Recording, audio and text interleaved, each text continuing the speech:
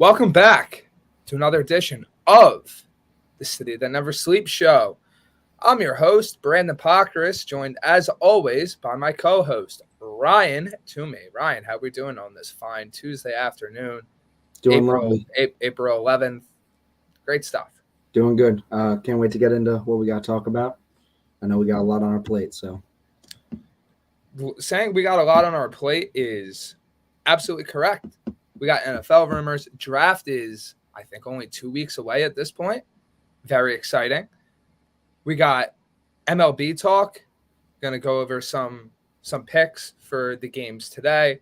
The latest in what's going on with the Yankees, the Mets. We got locked in NBA playoff matchups. We're going to go over that, give our thoughts, give our predictions, maybe even give a finals prediction here and there. And we also are winding down the NHL regular season. It's almost playoff time. We're going to go over what that means for the Rangers, the Devils, and Islanders. So we got a lot of stuff to cover today, and I hope that you guys enjoy the show because I know for a fact that myself and Toomey are going to enjoy talking about all things New York sports, all things sports. So to kick it off, I think the best place to start is with the NFL. So Toomey, I'll toss it to you first. In terms of stuff with the Jets, the Giants, where do you want to start, and what has stood out to you? I know it's a bit of a lull right now, but has there been anything that's really stood out to you? With both teams, not recently but the additions of the Giants. I mean, GM's had a great offseason. We can get into that. Jets, I haven't really seen much besides the addition of Tim Boyle. Just keep persuading Aaron Rodgers to come here and try and get that deal done as fast as possible. But besides that, no. I guess we can jump on into the Giants, though. Yeah, I mean, the Giants, like you said, good offseason, but it's basically draft time. It's almost draft time, and I think that the main need for this team, and I've seen it plenty of places. I'll pull up some examples of mock drafts, but the Giants have been linked to a lot of different wide receivers. So from your perspective, watching the Giants here and there, obviously probably not as much as the Jets. No. What type of receiver do you think they need, and how do you think another receiver addition would bolster that roster? Yeah, I believe I touched on this last week, but maybe not. But Giants' downfield threat has always maybe not been an issue, but it hasn't been apparent much past couple seasons.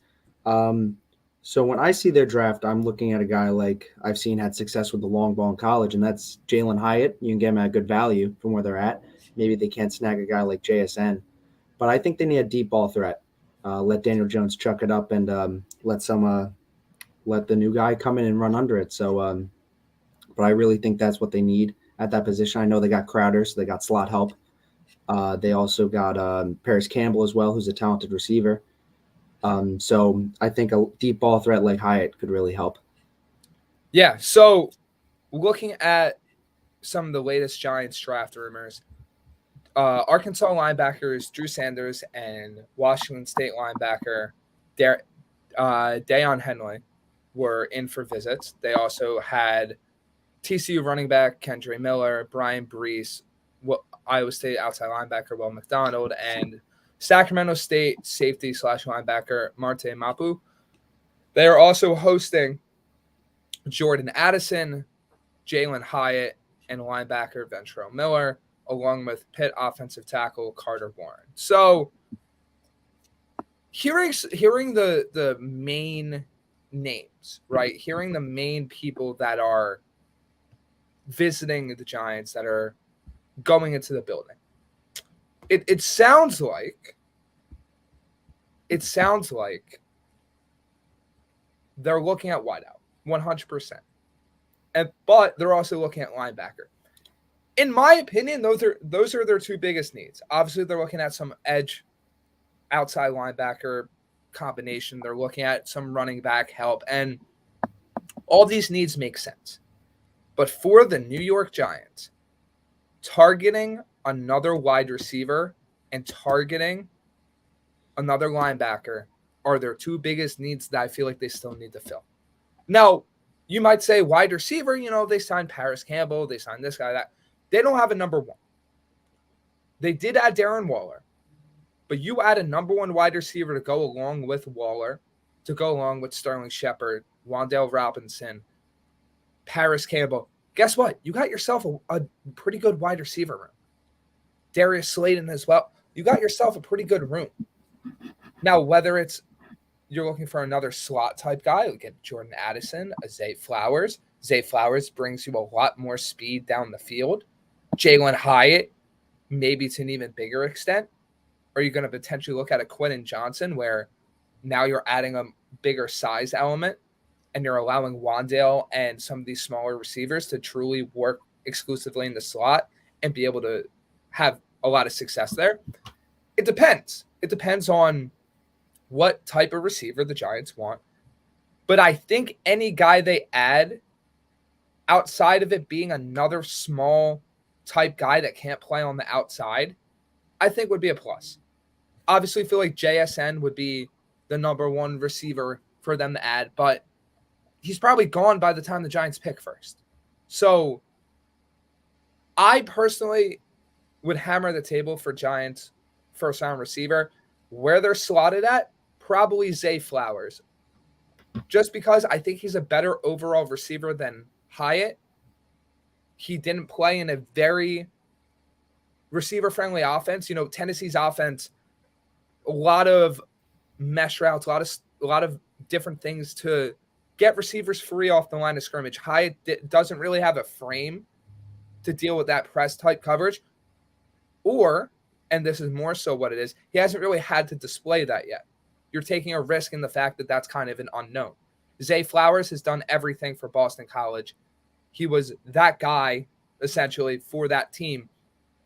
And he really, I think, would add that deep threat and just overall receiving ability and open up the offense to where you can utilize Waller's size. You can utilize Slayton's size.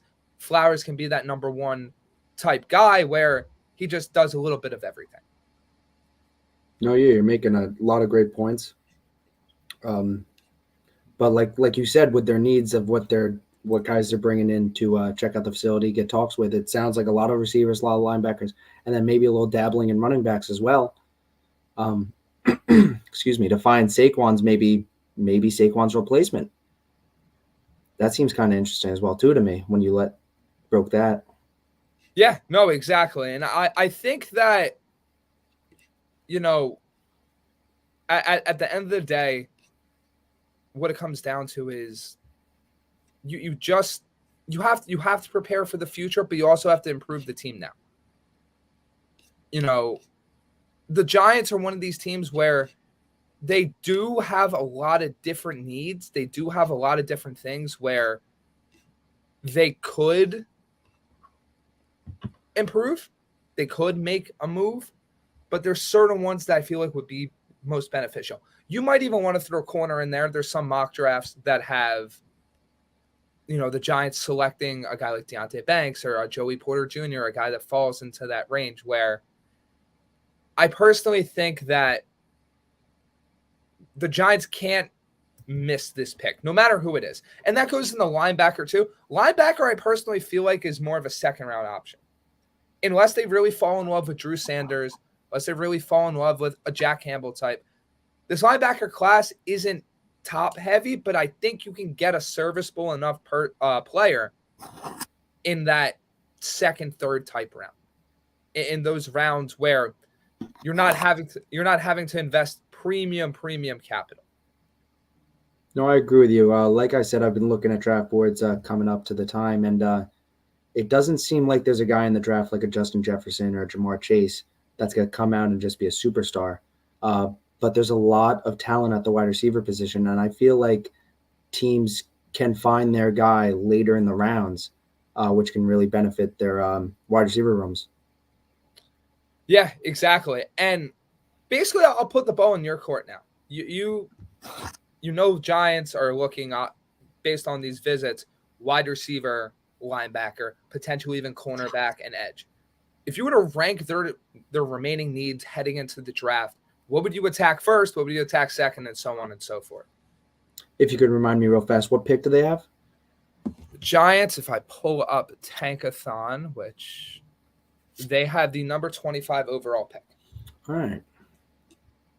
So that seems like a position. Yeah, it seems like over the offseason they have made tremendous additions to the offensive side of the ball.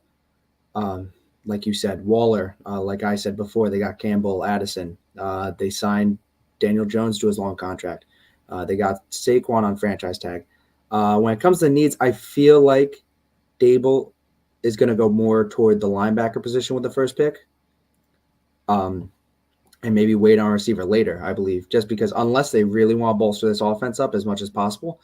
But I feel like just because they did so much additions, they can maybe steal or snag a receiver with their later pick. But I'm going with linebacker first pick. I'm going to ride with that. And I feel on draft day, I'm confident that they're going to go with unless there's a guy that falls, because you see these names like JSN obviously is not going to go that far. I'd be surprised if Hyatt goes that far as well. So then you're left with a guy like Addison. If they really like Addison, then maybe they'll bring him in. But I feel like there'll be more linebacker options on the board, and they'll be able to snag receiver later. Yeah, I just think that they have to focus on improving every aspect of their team, but specifically making sure that Daniel Jones contract works. And Great. that's why my thought's been wide receiver, because what's been the constant theme with this Giants team? There's not enough weapons. There's not enough weapons. There's not enough weapons. I personally feel like the Darren Waller addition is a great start, but Waller has been hurt, and he's getting older. You need to add another guy to that. That's just where I stand.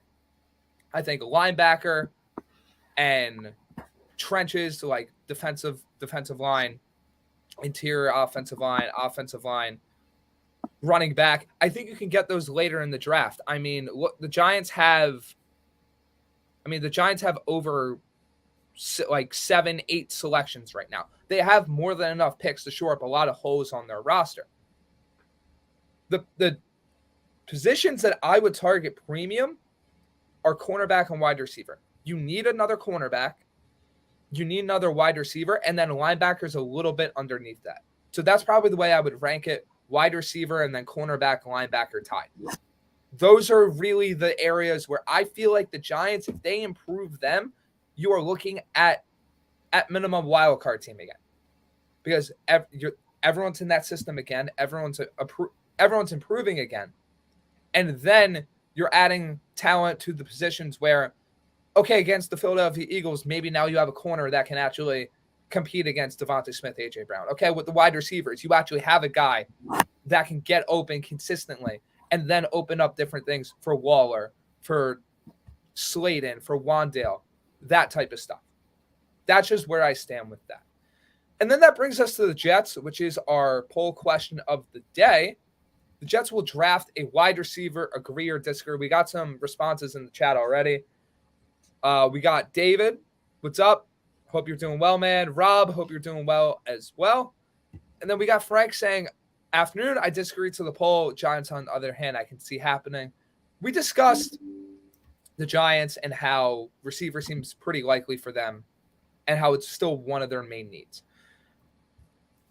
And then Jake just commented, what's up with Odell going to Baltimore? I'll agree with the poll. That's where the conversation really has to begin, because the Jets did trade Elijah Moore to the Cleveland Browns. They traded Elijah Moore and their third-round pick for Cleveland's 42nd overall pick. When it comes down to it, that trade, once it happened, everyone's like, okay, Odell's going to be here. Odell's going to be the number 2 next to Garrett Wilson. Then you have Alan Lazard 3 and Mecole Hardman as your number 4. Odell, I think Sunday, signed a 1-year, $12 million guaranteed deal, and the deal can reach up to $15 million with different incentives. I'll be completely honest. Love Odell Beckham. Love players getting their money. Love them getting what they feel like they're worth and teams actually paying that. Where the Jets are right now, that deal wouldn't have made sense. Odell's not going to be the number one for that team and was never going to be the number one for that team. The Jets also have to pay Quentin Williams. The Jets also, in coming years, and obviously 1-year deal, don't really have to worry about that. But you also have to worry about Bryce Huff and different things like that. And how are you building out your draft class? How are you fitting the Rodgers contract? Like, there's these different things that go into it where Joe Douglas, as a GM, usually sets a price. And sometimes, specifically with different safeties, like Marcus Williams last year, felt like maybe you should have gone after a specific player a little bit more. I'm completely fine with them not going after Odell. But, and I want to hear your opinion on this too, Toomey, they need to add a wide receiver now. Whether it's a veteran, whether it's a rookie, you have to add someone to that room because in my eyes, and I'm thinking as a disclaimer that Corey Davis is not on the roster. Corey Davis on the roster, okay, things are a little bit different, but I feel like you need to make one more addition to this room to truly, to truly make it the best it can be. No, I completely agree. And then especially with the Odell trade, with that happening, I was leaning towards no. And then once we went to discussion, I was looking at the wide receiver free agents left. There's not many that to at least take a risk on at least. And with so many picks in the draft, I can definitely see them picking a receiver in the draft. So I'm going to agree to the poll there that they are going to draft a receiver. I just don't know which one that's going to be. Don't know what pick they're going to use. Don't know who's going to be left. But to the Odell, congrats to him. I mean, he got himself a wide receiver 1 job basically with the Ravens. And it just, too much money for the Jets to be using, especially that he's not going to be the wide receiver 1. I think there's a lot of fuel left in his tank, and he could have some success with Baltimore. But you know what? They offered it to the Jets too, didn't he? He offered for them to match the offer, but it's too out of their price range. I felt it was a little too much to pay for Odell Beckham Jr. coming off that ACL as well. So when it comes down to it, I do agree that they're going to draft a receiver. Congrats to Odell. That's awesome. Hopefully, I mean, he's an exciting receiver when he's at full strength. So hopefully he can bring that to the Baltimore. And, I don't know. I'm going to be curious now. I can't wait to do my research on the draft, though. See what's going on with the potential wide receivers for the Jets as well. But I'm going with they're going to draft one for sure. Yeah, I agree with the poll. They're going to draft a wide receiver. What it comes down to, though, is what type of receiver and what round. So before we get into that, the veteran route, the only way I'm really looking at veteran route is if you somehow are able to get a DeAndre Hopkins, somehow able to get a Mike Evans, that type of receiver where you're able to work that into your cap, you're working it to where that guy is they're trying to ring chase, you restructure. There's a lot of things that would go into it. Do I feel like the Jets should look into something like that? Yes, but I feel like the more likely route is draft. And that brings us to where the Jets are at draft-wise. So looking at where the Jets are picking right now and the amount of picks they have. They currently have the number 13 overall pick. That's their own. Number 42 overall pick from Cleveland in the Elijah Moore trade. Number 43. And then they have a 4th rounder, a 5th rounder, and a 6th rounder. This is a team that has some different needs. Offensive line, we've talked about it verbatim and consistently here on this show. Offensive line is still a need. You don't know the status of guys like Dwayne Brown, Mekhi Becton, Max Mitchell. You don't want to have another situation where you're pulling guys off of free agency in week 7 to be your starting left tackle or right tackle. That just can't happen. In addition to that, you need a center. There is no center on the roster right now. One of those picks has to be dedicated to that. Luckily, you have a pretty good center draft class right now. You then have receiver, obviously. Safety, you could argue, which I personally feel like safety is a huge need, especially considering the fact that how bad LaMarcus Joyner was at times, how Jordan Whitehead couldn't really play off of him. Safety, I feel like, still a huge need. And then you could argue the Jets have brought in a lot of running backs. Maybe running backs another need. The Jets have brought in a lot of quarterbacks. Is a backup quarterback on their list? So with all of that in play here, this team, as talented as it is, and it is very talented, and as good as they probably are going to be, they do have to fill some holes. They do have to fill some spots on that roster. The way I see it, I'm looking at receiver being a later, probably day three. At the day three, I feel like at the latest, round 3, round 2 at the earliest, probably more so round 3, where I feel like that first pick has to be offensive lineman, whether you're trading back and recouping another asset, where that's where it comes into play. Are you going to trade back from 13 to like 17, recoup another second, maybe not even a second, recoup a third that you don't have and a fourth that you don't have to really be able to fill some of these other holes on your roster? Because in that case, I'm still going tackle, but instead of it being Paris Johnson, Peter Skoronski, Broderick Jones, you're potentially stepping into that Darnell Wright, Anton Harrison territory, where you're drafting more guys that are more back of that first round instead of beginning of the first round. In that case, I'm probably going center round 2, and then round 3 is really where I start to consider wide receiver. And unfortunately, that takes a guy like JSN off the board. But if the Jets feel comfortable enough with their O-line, they could look at JSN with that 13th pick and then go center with the second round pick and maybe pick another swing tackle type with one of your later round picks in the 4th or 5th. So there's like different options here. But I do feel like they're going to go with a wide receiver at some point in this draft. I feel like you do need to fill the Elijah Moore slot in a sense, but I would personally be fine adding more size to that room anyway. A guy like Bryce Ford-Wheaton, maybe a guy like Andre Yosevas from Princeton. These type of guys that are a little bit bigger but still add that speed.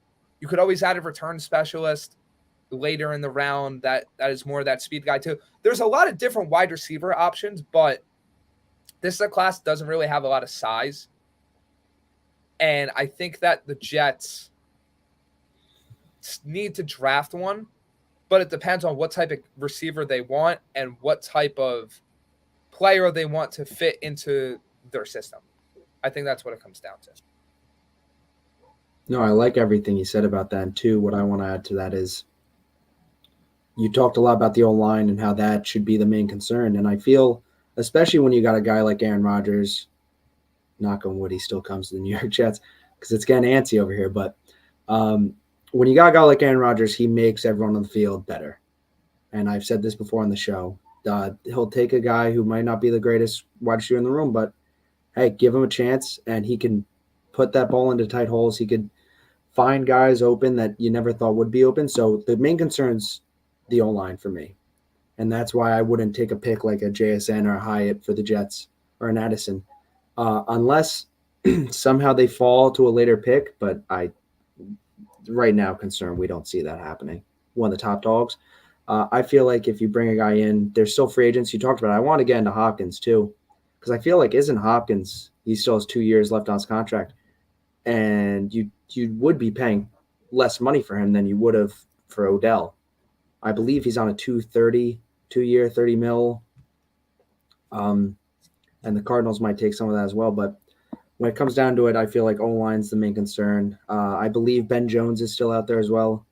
Yes. So that's an addition they could still make.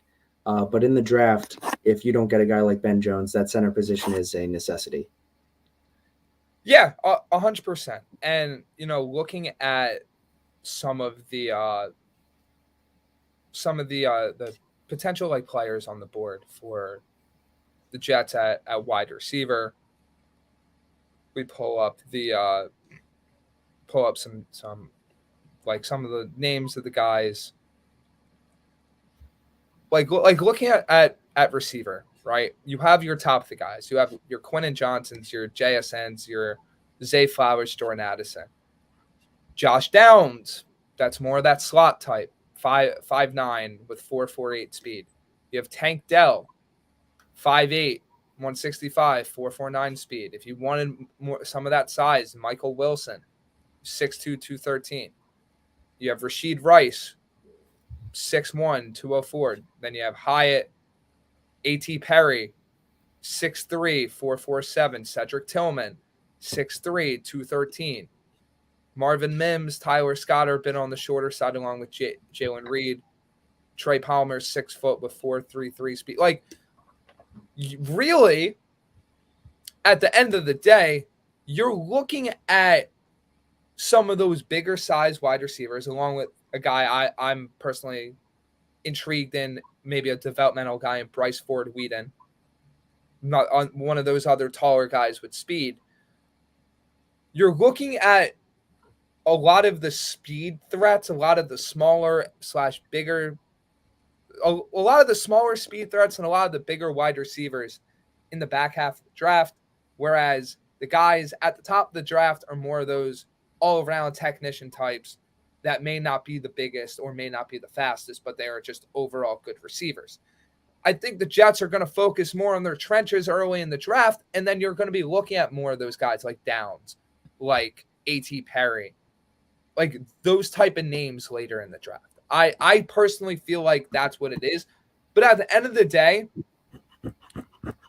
you can't go into the season with Allen Lazard as your number 2. You can't go into the season with Mecole Hardman as your number 3. And that's nothing against those guys' talents. The wide receiver depth. It's important. And regardless of whether or not Corey Davis is there or not, which it's looking like more and more he might be on the roster, Corey Davis has been able to stay on the field.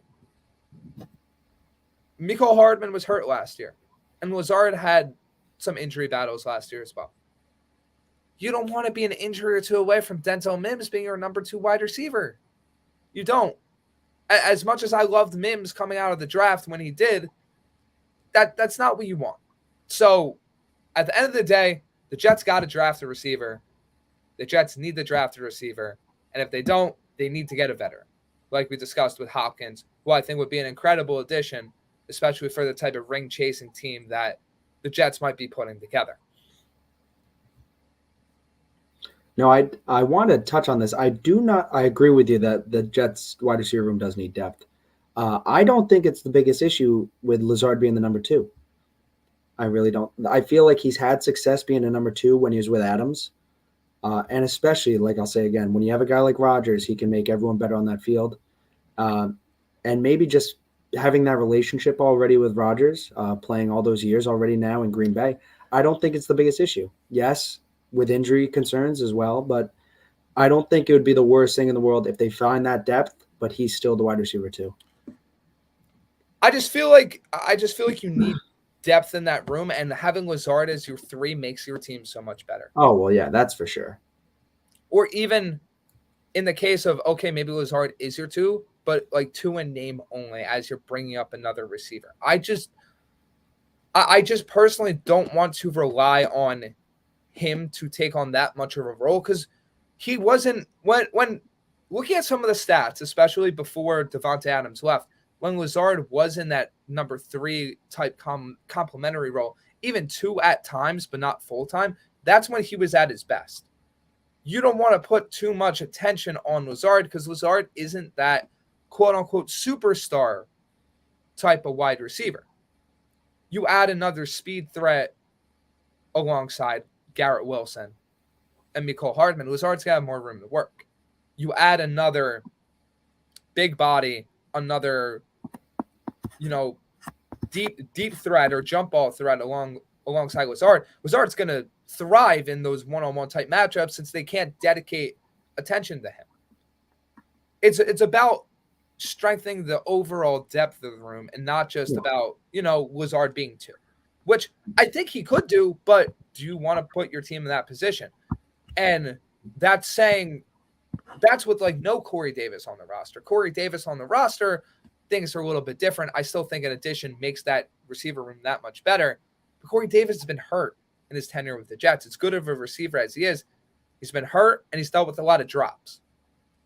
So it all comes into play. But I'm very firm in my stance of you need one more addition. Whether it's a veteran or the draft, it's as simple as that. You need to add someone else to this room. That's just where I stand on it. And then transitioning to, because I think we talked enough about receiver. Looking at some of the other free agents with the Jets, I don't really think there's too many left in terms of that ring chase. I think that's more so going to come in like your July, your August, when guys are getting cut and the Jets are able to make additions here and there. And guys are maybe looking for that last dance 1 year type deal. We saw this last year with Dwayne Brown. Dwayne Brown was signed very late in the offseason. They did it the year before Morgan Moses. Like, there's going to be those type of signings again for the Jets, especially considering who their quarterback's going to be and the type of team that they're going to be as compared to previous seasons when they were still getting those type of guys. I'm sorry, I was getting a phone call. Please repeat what you want me to talk about. No, it's just a matter of, I think that more of those, ring chasing type free agents. I don't think there's too many of them right now. I think as we move forward in the offseason, past the draft, into offseason workouts, some other cuts come in. As we get into June, July, that's where you may start to see the Jets pick up a few more veterans here, a few more veterans there that want to go after that ring, that want to be a part of a contender. I don't think you're going to see too much of that. Now, I could be wrong. Obviously, Ben Jones is still out there. That's probably the guy I would target. Free agency-wise, I would try to add one more interior defensive lineman and then draft another one. Try to bolster up that depth behind Quentin Williams, behind Bryce Huff, Jermaine Johnson, John Franklin Myers. Try to make that unit as deep as possible, especially considering how much the Jets like to rotate. So that's kind of where I fall with it. No, I agree with you there too. And I think just the main thing the Jets have to get done, and we've been saying it this whole time, is just get Aaron Rodgers. Everything can become a lot more simpler. You can start thinking a lot more into the future when he signs with the team. And yeah, we're coming around the time. I see the date, April 11th.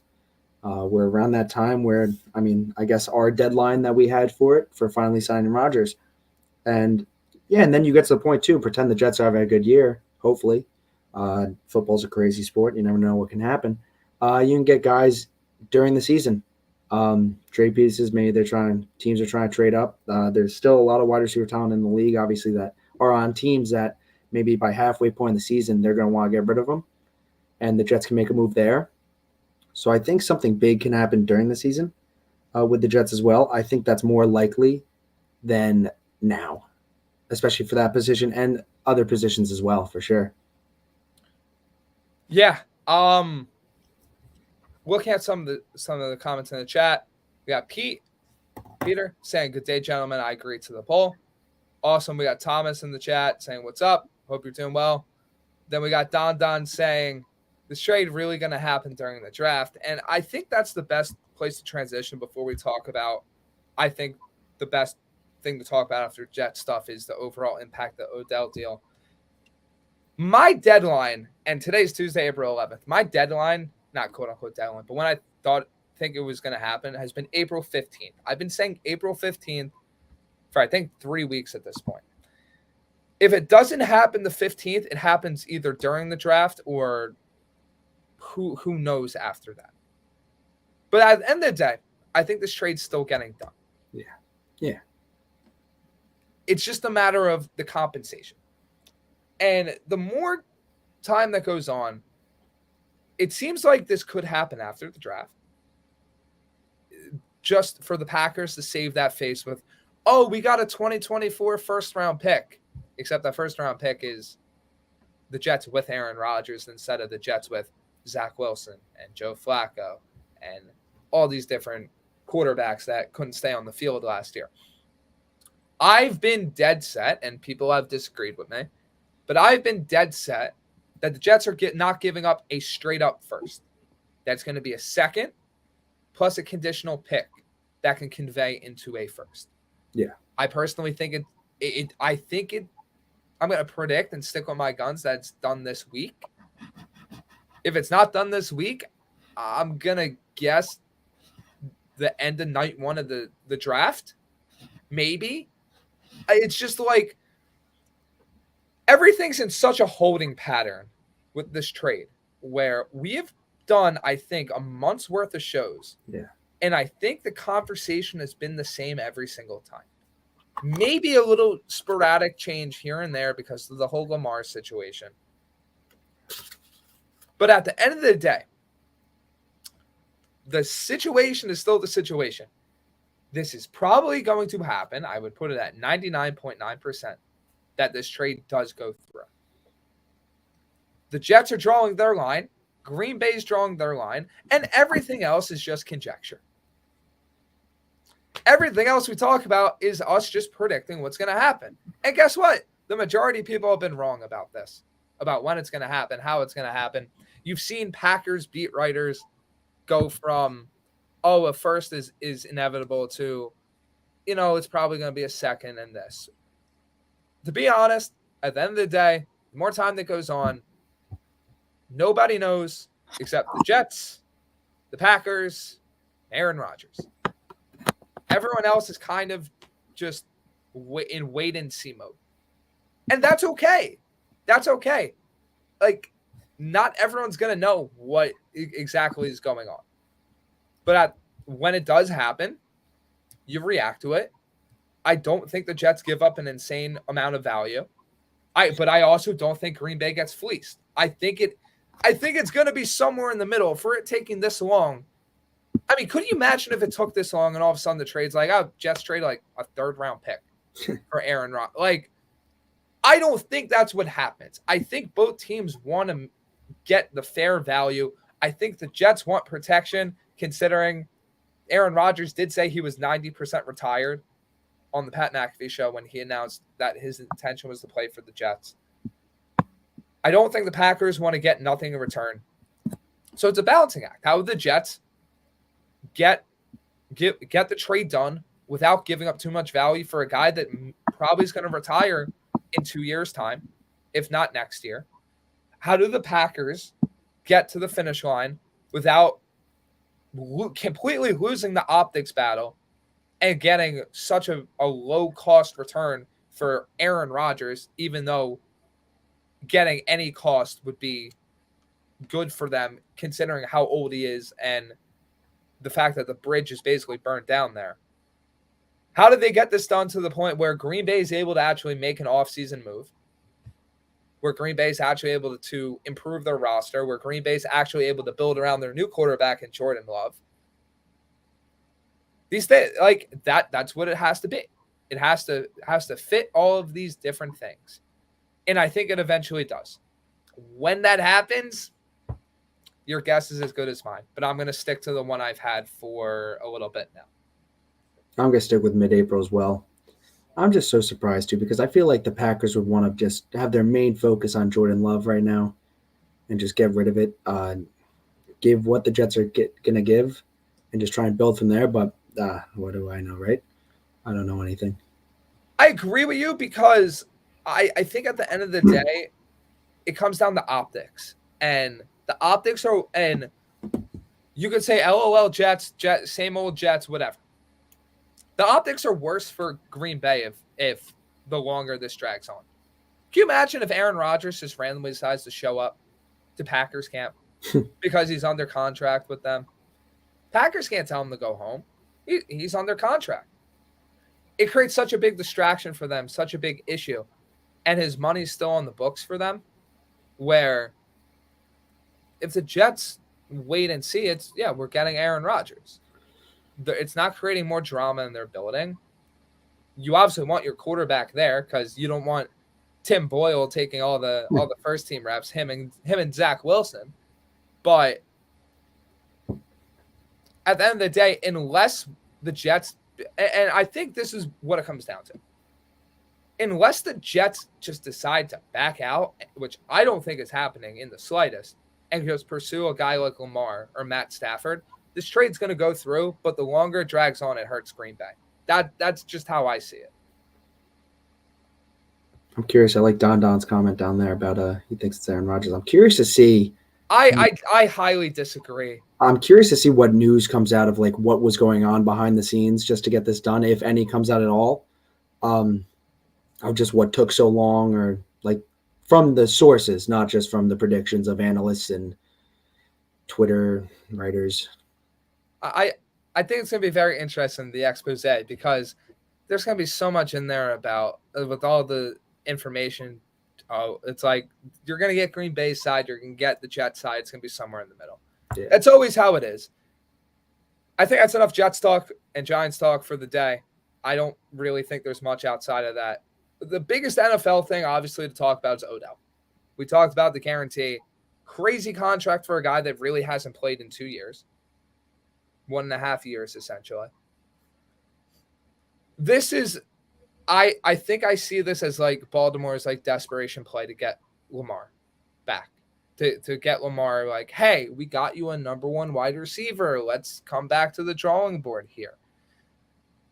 I'm very interested to see how things play out, because with Odell now there, do you think there's a bigger shot that Lamar, even if he doesn't get the contract, just kind of plays out this last year and kind of moves on from Baltimore after this season with Odell? Because Odell is not under contract after this season.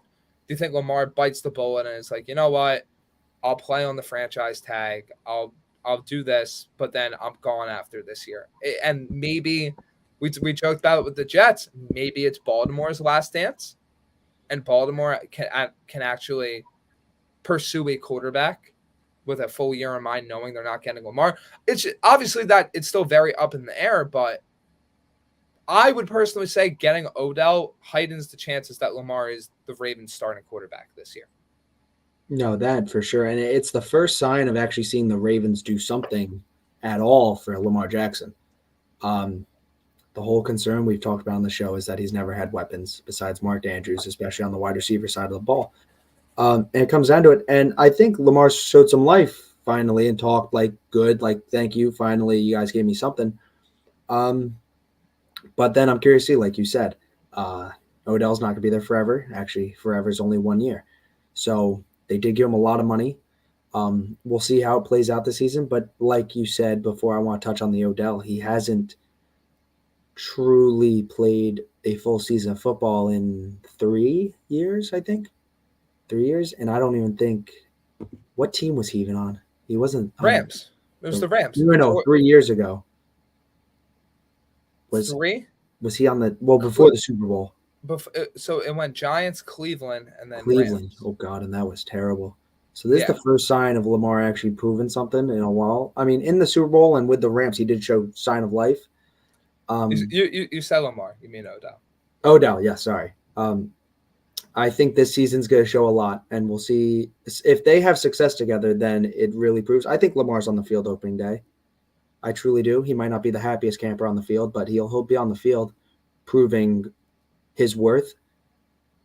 But like you said, this is a last dance type of scenario for them. And I'm curious to see. I think if they have success, he'll be good. But if there's a lot of controversies going on with the team, a lot of back and forth with what could have been better, it could be the end, but that's something to talk about, I think, deep into the future. I think what it comes down to is what is the end resolution? And what I mean by that is, what is the end resolution for this season? Is he playing on the franchise tag? Is he not going to play on anything? And just do they figure out a 1 year deal where he gets his money guaranteed for 1 year and then moves on? Like, there's a lot of different ways that can go into this, but they added another weapon, which is the first time they've done it in free agency since I think Lamar's been their quarterback. I personally think they need to draft another receiver. And then, so let's say, for example, you go in the next year with a wide receiver room of Odell, Rashad Bateman, and let's say, for example, Zay Flowers. You know, we look at Tankathon here. I'd be happy with that if I was Lamar. Baltimore Ravens pick before the Giants. They are after the Chargers, so they're probably getting the receiver the Chargers don't pick. Maybe Jalen Hyatt as that deep threat. Guess what? You're finally giving Lamar a receiver room that he can actually work with on top of Mark Andrews and Isaiah Likely. That's an offense you can work with, especially with Todd Monken as your offensive coordinator. I don't know how the resolution comes about. I don't know what the resolution is. But at the end of the day, from where the Lamar situation was to where the Lamar situation is now, it seems a lot more likely that he is in Baltimore than it was even 4 days ago, 5 days ago, a week ago. And it's been my number one story. It still is my number one story. How does this play out? How does this come to a resolution? And on top of that, does it even come to a resolution? We don't know. I'm very interested to see. And we shall find out. We got a lot of NFL fun stuff coming up. You know, it's the league that never sleeps, just like the city that never sleeps. So we will be on top of all of it. We'll be coming back to you guys next week, the week after that, so on and so forth. Looking forward to everything that happens with the NFL. And now it's time to move on to the diamond from the gridiron. Baseball.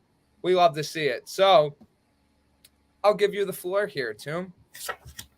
New York Yankees. Pretty good start to the season, I must say. Doing good. Record 6-4. Last time we talked, they were 3-1.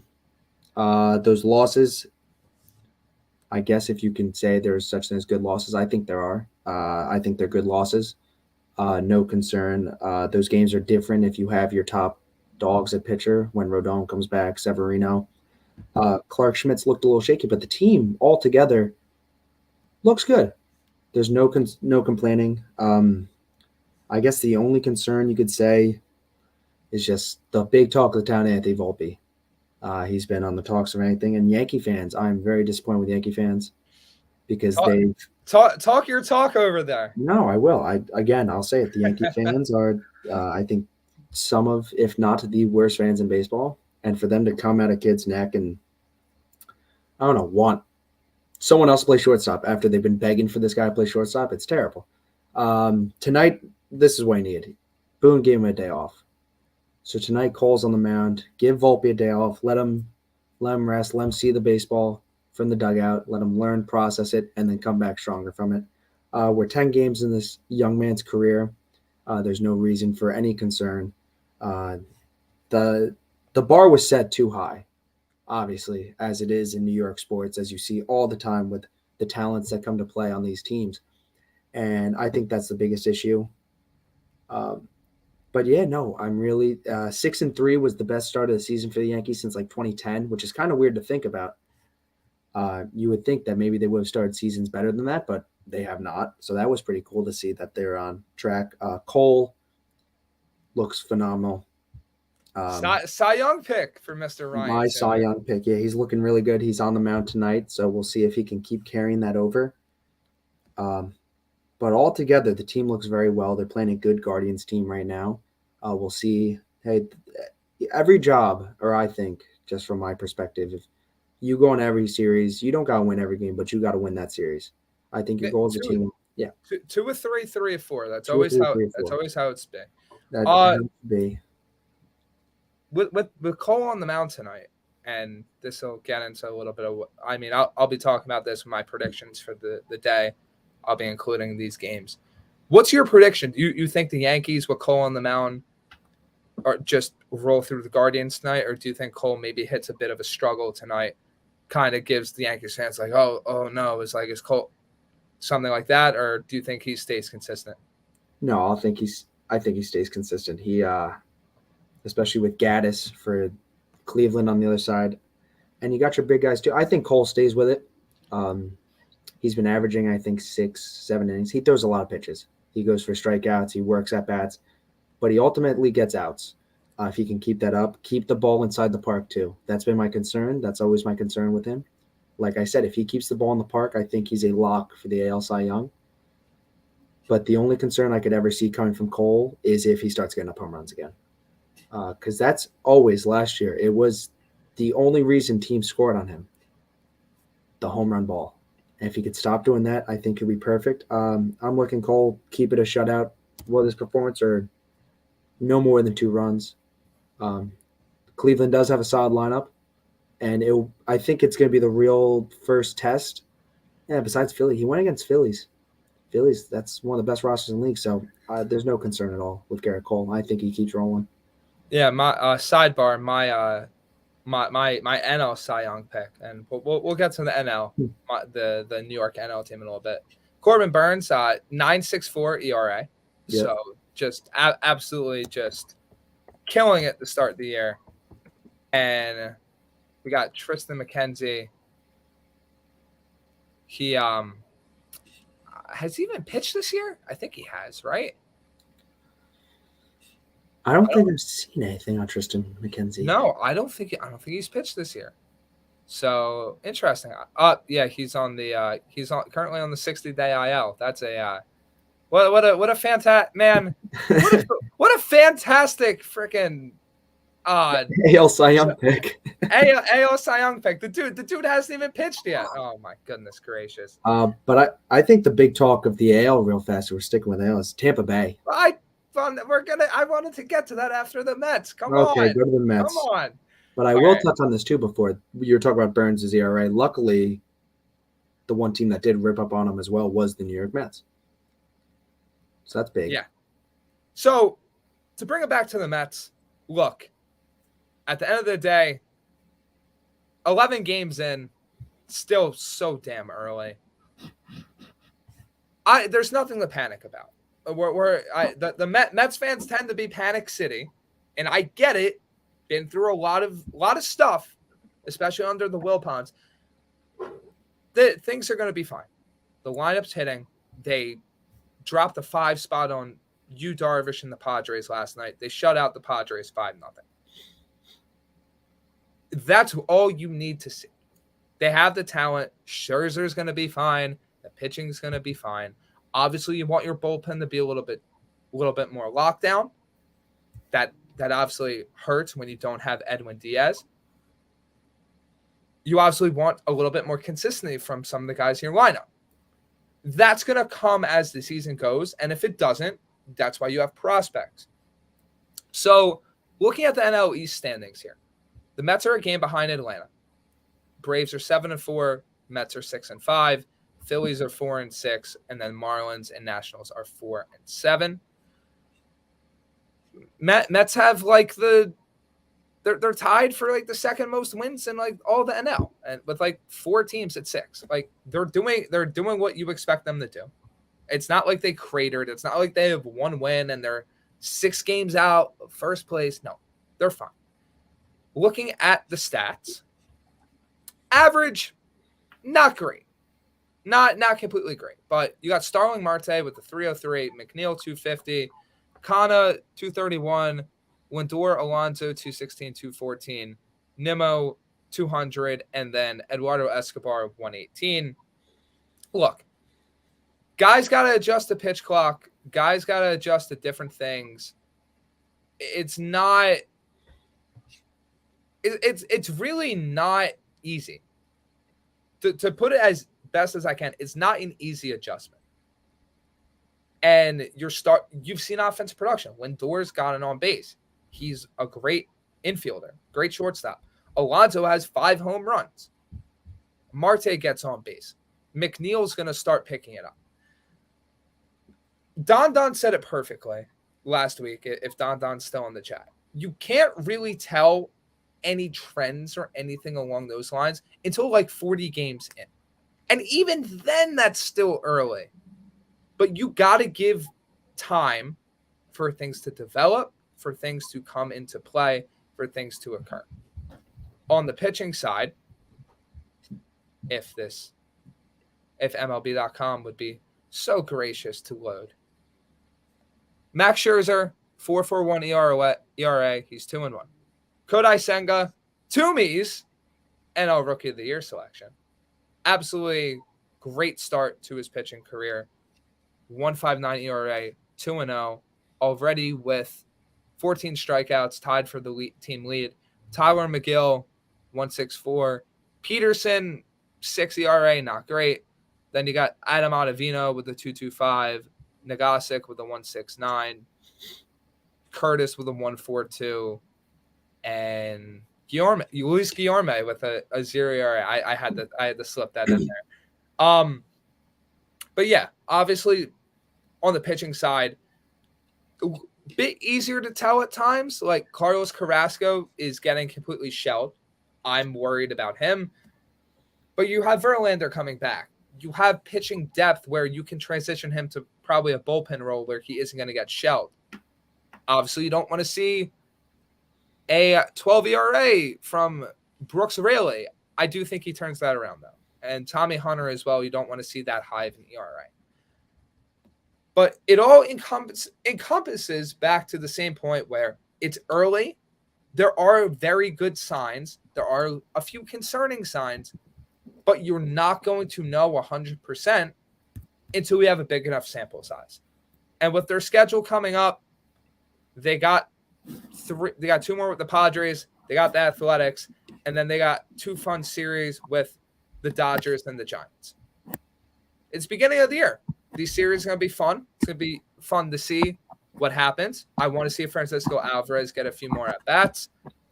And by a few, I mean a lot more. I want to see Brett Baty and Mark Vientos up. Maybe even Ronnie Mauricio if he keeps absolutely destroying AAA. So that's where I'm at. I guess my one pet peeve would be play the young catcher. If your normal catcher is hitting 100, at least just alternate every other game. So that's my kind of 2 cents, 20-minute talk on the Mets. No, they look like they're finding their own. Pete Alonso, like you said, 5 homers. He's hitting the cover off the ball. Lindor will be Lindor, top shortstop in the league. So not a lot of concern from them. They'll pick it up for sure. They'll keep doing good. They're the New York Mets. It's a new age of New York baseball for the past 2 seasons now. And they'll truly figure it out. All right, so you want to talk about Tampa Bay now? I guess Tampa Bay. Since I so rudely cut you off. No. Tampa Bay 10-0. That's it's pretty. As when I saw it, I was like, okay, who have they played? And they had a series with Detroit, they had a series with the Nationals, and they had a series with the Athletics. Those are 3 of the worst teams in baseball. But 3 of not the bottom 3, but they're some of the 3 worst teams. We'll go there. And now they're kicking the crap out of the Red Sox. What was the score? 1-0 last night? Yeah, but they're hitting home runs. They're doing a lot of great stuff. That's what I want to get to my point. It doesn't matter who you're playing against. 10-0 is very impressive. Or just a win streak like this, because baseball's tough. You got to bring it every single night, and you're on that field every single other day. No, not other day. Every day. Yeah. You play every day. So for them to come out and perform like that, that's a little bit concerning for the rest of the AL East, but obviously they're not going to keep this going for the rest of the season. But it is interesting to see. It's like first time since like 87, I think, I've seen a team go 10-0 or start. What Ray Superfan made their starting schedule. I mean, Here's the thing, though, and this is the craziest part, and this goes back to something we discussed on our MLB preview show. The Rays just always find a way. They do. They have great pitching. They have hitters. I still don't think they win the division. No. But Wander Franco's a superstar. Complete superstar. And then when you have guys like Isaac Paredes, which I'll pull up his stat line real quick. But when you have guys like him hitting 300, and you have guys like Brandyn Lau all of a sudden regaining a form that I don't think he's had for 2 seasons, that helps. Yeah. I mean, looking at the 1-0 win, Lau's home run powered them. You got Randy Arozarena is I'm gonna have to pull up the Rays stats, but I'm pretty sure Rosarena is hitting. Rosarena's hitting well. He's having a good season. It's carried over from the World Baseball Classic for sure. All right. So Rays hitting stats: Wander Franco 317, wow 292, Rosarena 359, Raley 250, Ramirez 250, Paredes 290, Jose Siri 318, Josh Lau 364. Like what? Taylor Walls 333. When you have all these guys hitting over 300, I mean, you're gonna produce. There was a stat, and I don't know if this stat still holds up. Oh, we got Don in the chat. Isaac, yep, the Rays fleeced them bad. But that's just what they do. They take these guys that just aren't doing anything and turn them into these stars. There was a stat I saw, and I'm not sure if it holds up, though. Right now, it still might. The Rays have hit more home runs than runs they've allowed this season. That's ridiculous. That is absolutely ridiculous for a team that nobody thought would be doing anywhere close to this at all. It's incredible. It truly is. And it just shows you teams can get off to crazy starts, but it's about maintaining it. It's a long season. The Rays could lose 15 straight at a point in this year and completely wipe away everything that happened to begin the season. They also could be the team to beat in the AL East, and no one saw it coming. It's that balance. And I'm very interested to see where the Rays go from here. My favorite start in the AL East, and I'm not sure how high that. I mean, the Baltimore Orioles, man.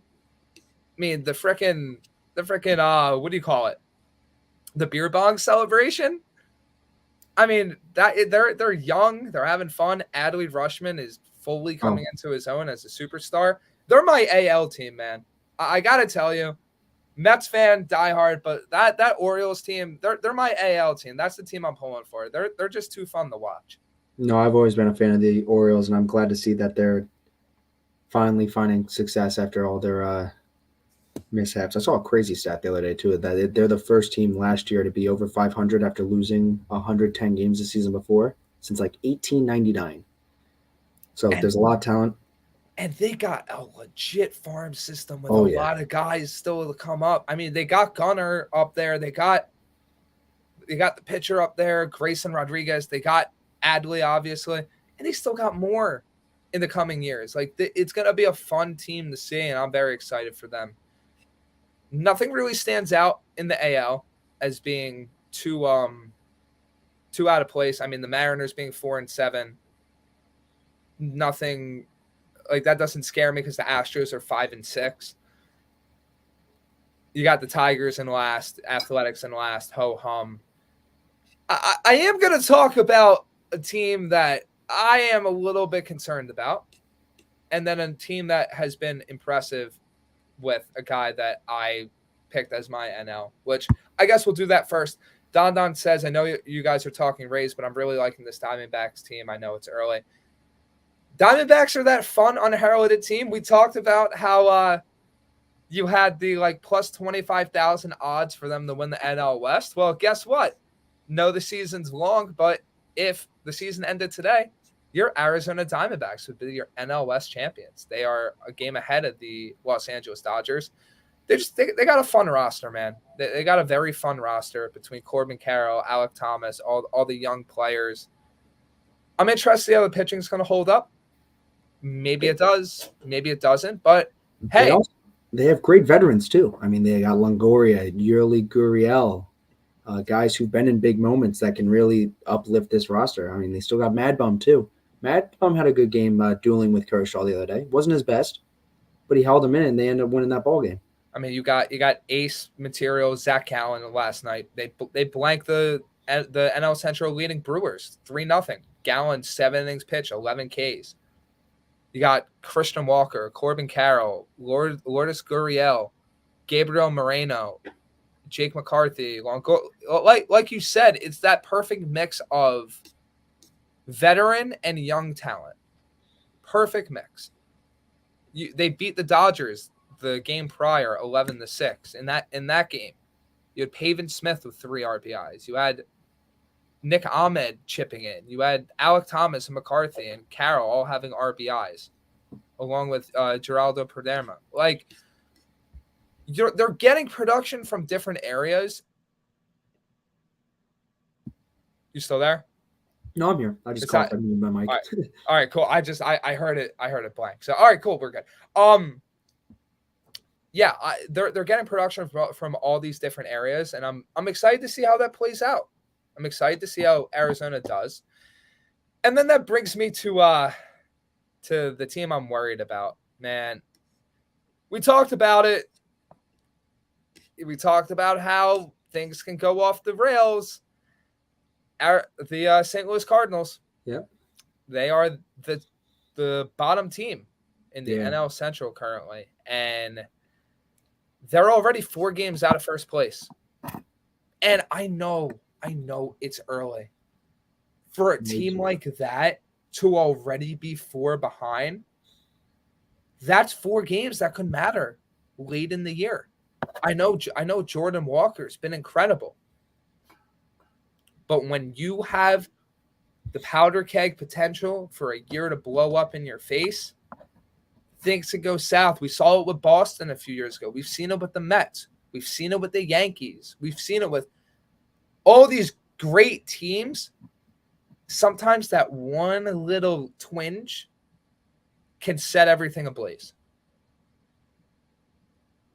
No, anything can happen. And yeah, it's shocking to see because obviously I do recall last year where the NL especially was very exact when it was the Dodgers in the lead, and then you had the Braves and the Mets going back and forth at 2-3. And it stayed like that the entire season. So for right now to see teams like Brewers, Cubs, Pirates, Diamondbacks, Braves all at the top, it's very weird to see because obviously that is going to flip. Obviously, or maybe not obviously, but I think from just a perspective of just rosters, depth, what's going to happen, obviously that's going to change, but it is interesting to see. Hopefully they can hold on. And Cardinals, they'll figure it out. Obviously, we'll get to the point of the season where you can really decide, hey, right, we're 10, 11, 12 games into the season. A lot can happen, but it is curious to see a team with that much talent starting this poorly and where that's going to lead to. I'm going to pull up their stats because I want to see – I want to see like where I'm going to see like where some of their players are at and how different things are going. Because you had 2 MVPs last year. Like keeping that consistently is tough when you have Arenado and Goldschmidt willing the team. And if you can't, obviously it's hard to resemble that every year. Like Judge obviously is not going to hit 62 home runs this year. How much of a factor is that going to have on the team? So you got Nolan Gorman in 26 plate appearances hitting 308. Jordan Walker has 2 home runs, 8 RBIs, and is hitting 342. Arenado's hitting 317. Goldschmidt's hitting 361. O'Neal's hitting 267. Carlson's hitting 300. I guess maybe you're getting hurt with Tommy Edman hitting 235 and Contreras hitting 226, but you got the majority. You got the majority of your lineup just absolutely mashing right now, and I know that's just average wise, but you want to go in the slugging percentage. You got Goldschmidt's at 500, Arenado's at 415, Walker's at 553. You got high OPSs from these guys. I mean, I guess it has to. Yeah, you know what? This is where the problem is. I'm guessing it's pitching. It's pitching. Yeah, from an outside view, you just showed all those numbers. The issue's got to be either pitching or timely hitting. I mean, Miles Michael S., 10 earned runs, 9.64 ERA.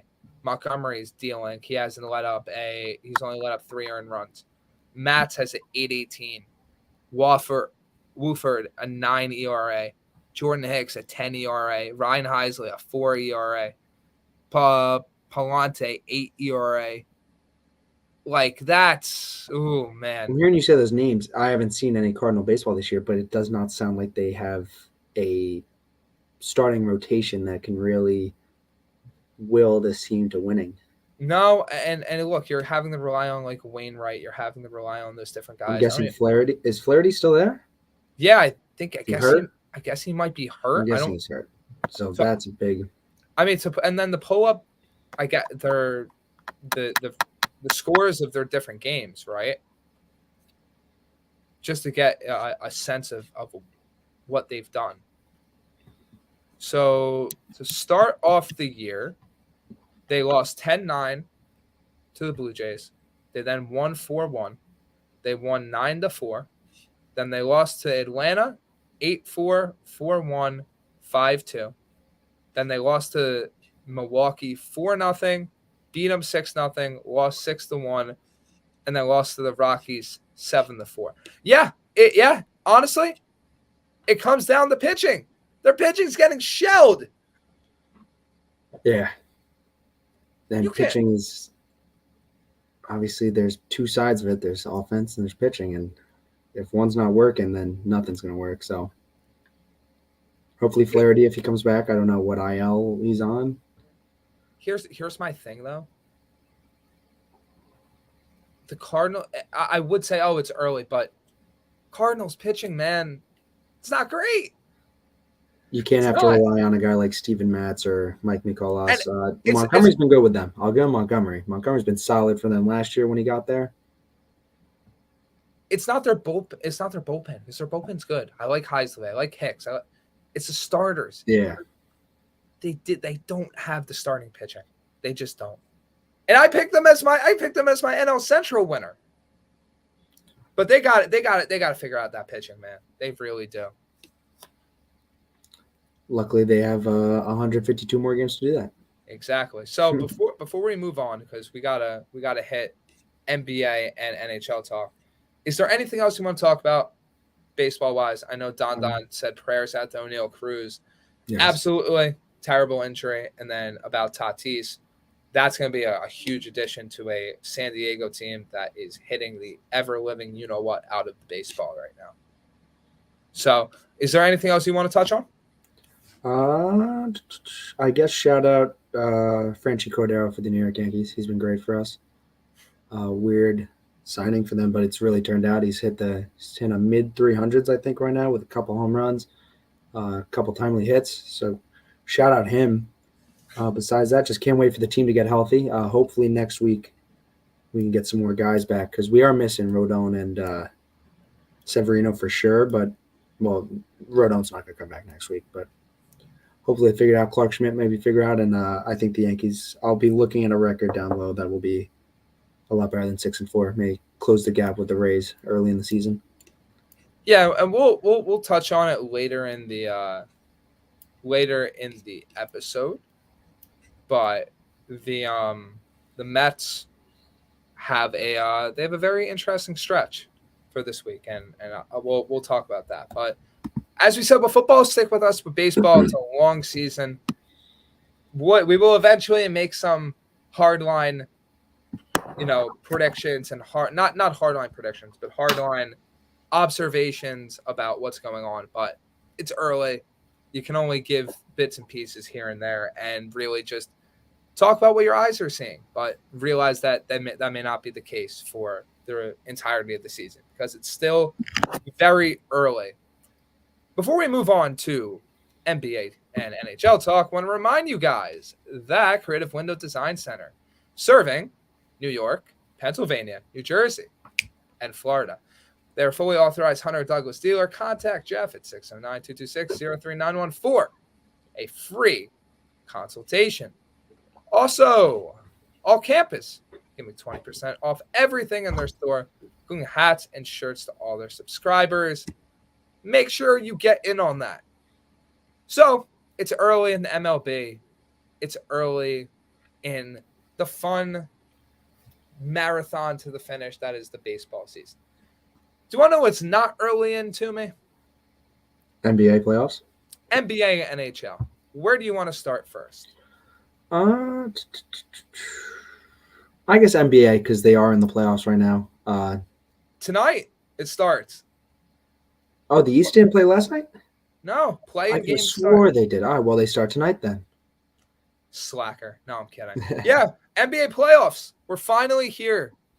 We have finally arrived at playoffs, and the NBA play-in starts tonight. Toomey, what do you think happens in the game? What do you think happens in the different matchups? I'm curious. I know the Lakers play tonight, so I'm guessing the East plays the earlier game. Yep. So here is the schedule for Yes, all of you listening at home. Atlanta Hawks take on the Miami Heat in the arena that has changed its name 7 times in the past 3 years. 7:30 Eastern Time, TNT. Game 2 tonight. The Minnesota Timberwolves. We will definitely have to get into that, my friend. That is a laugher. They take on the Los Angeles Lakers at 10 p.m. on TNT. Tomorrow night, Wednesday, we got Chicago facing off against Toronto, 7 p.m. Eastern, ESPN, and then Oklahoma City Thunder taking on the New Orleans Pelicans, 9:30 Eastern on ESPN. Friday, the winner of Game 3, which is Chicago and Toronto, faces the loser of Atlanta, Miami, and then the winner of Game 4, which is Oklahoma City, New Orleans, faces the loser of Game 2. All right. What do we got in the playing games tonight? And then we'll go over. Do you want to go over just the New York previews for now and then give a whole NBA playoff prediction? That sounds good. Yeah, hop into that. Well, do you want to do the play-in first and then go into the actual playoffs, since the play-in's actually tonight? The Knicks series doesn't even start till Saturday. I guess that makes sense. Yeah, we can go into games coming up in the following 2 days. I guess to jump on, the first game, Heat versus Hawks. Heat Hawks is very interesting to me because it's basically two teams that have dealt with two different ways of dysfunction. You know, you had the whole Jimmy Butler being dissatisfied this year. You have Trae Young, based on reports coming out that Atlanta's monitoring his every move. It's a weird series for, honestly, two teams that probably shouldn't be in the playoffs, but are. Two teams that have had their fair share of dysfunction and ups and downs. I don't see how Atlanta beats Miami. I think Jimmy Butler is a better playoff performer than Trae Young. That's not biased, I promise. I think Miami's just built more for the playoffs. And quite honestly, what have we seen from Atlanta that says they can beat this Miami team? I don't think I've seen enough. Unless you're getting I don't even want to say vintage, because Trae Young's been in the league for 4 years. But unless you're getting a Trae Young performance circa New York City 2 years ago, I don't see how Atlanta's moving on. I don't see how Atlanta's defense is able to stop Miami's offense. I don't see how Atlanta is able to score frequently on Miami. And I think Miami takes this one pretty easily. No, I want to touch it. It's such a shock how this Hawks team had so much promise a couple years ago, make it to the Eastern Conference Finals out of thin air, signing DeJounte Murray this season, and to come out and have such a lackluster season. And I'm going to ride with you again. I think playoff Jimmy is going to – he's head over heels over Trae Young and the Hawks right now. I think the Heat are going to pull this one out.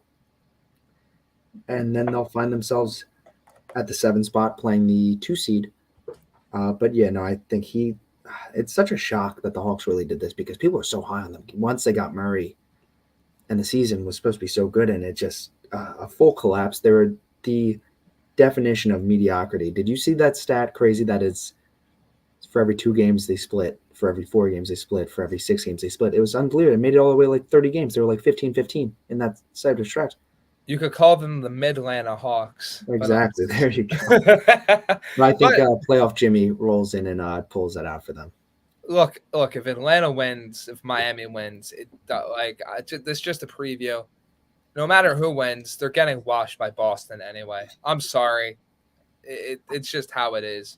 I mean, unless somehow Boston – did the Milwaukee clinch Oh, Milwaukee did clinch the conference. Okay. Unless Milwaukee somehow loses that first spot, I don't care whether it's Milwaukee or Boston. I don't see Atlanta or Miami doing any damage in a 7-game series. It's just they're basically playing for the right to get eliminated in the first round. That's how I see it. The East is so top heavy, and there's no concern of even whoever makes out of the play-in because, like you said, they're going to get rolled over in that first series. So we're both going with Miami. And Yep. then do you want to go East, West, West? East, West, West. Okay. I think Toronto absolutely wipes the floor with Chicago. I don't think Chicago has any way to deal with Toronto's defense and length. I don't think this one's close either, unless you get like Zach LaVine, like insane performance and everything clicks for the Bulls. But look, the Bulls were under 500 for a reason. I'll put it like that. And you know what? Just to make this interesting, I'm going to disagree with you. Oh, I'm going with the Bulls, so we'll do this. I don't know. The team's got so much talent on it that it's just, again, another team that had just such an abysmal season after people thought they'd be making a run for a title, maybe at least a try. They underachieved heavily with DeRozan, with LaVine, with all these different assets. Lonzo being out, Vucevic. I mean, it's a talented roster, and to see that under 500, a shock. And you can compare them to the Lakers, but at least the Lakers now have a chance to like make some noise in the West. So I'm gonna ride with the Bulls though. I'm gonna go with it, and so then we'd find ourselves with what a Bulls-Hawks matchup, or a Raptors-Hawks matchup after that. Yes. But yeah, I think I love Alex Caruso too. That's my guy. He's the dude. So upset when the Lakers got rid of him, but yeah, I'm riding with the Bulls. Yeah. So that brings us to Raptors, Hawks. I'm probably going to go with I think Toronto. I don't know. I love the defensive presence that Toronto brings. I'm very, very interested to see how that plays out in the play-in. I think they have enough offense to get past Atlanta. I think if they're able to shut down Trey, if they're able to shut down the Hawks offense, it's going to be they're going to have a lot easier time managing Atlanta than I think they're going to have managing Chicago. Okay. Because honestly, I think Chicago is a little bit deeper. I think Chicago and Atlanta are kind of on that same level, but I think Chicago is a little bit deeper. If Toronto gets past Chicago, I think they get past Atlanta as well. Keeping that momentum alive. Also, this is the sidebar. Trae Young loses a game, and let's say it you got the tensions flaring up. You got people ask about the trade rumors. That team could be checked out for that second game. So I'm taking that into account as well.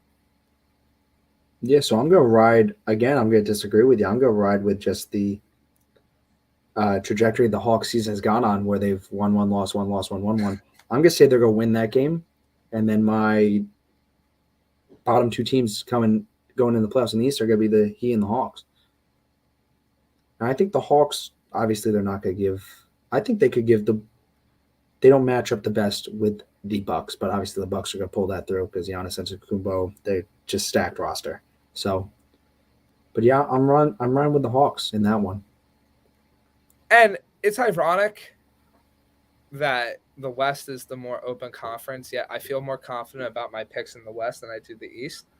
Lakers are going to steamroll the Timberwolves. Look, Jaden McDaniels is an idiot that broke his hand, punched the wall. We've all been there. We've all been there. We've all wanted to punch the wall. There's a great saying that my family always uses to me.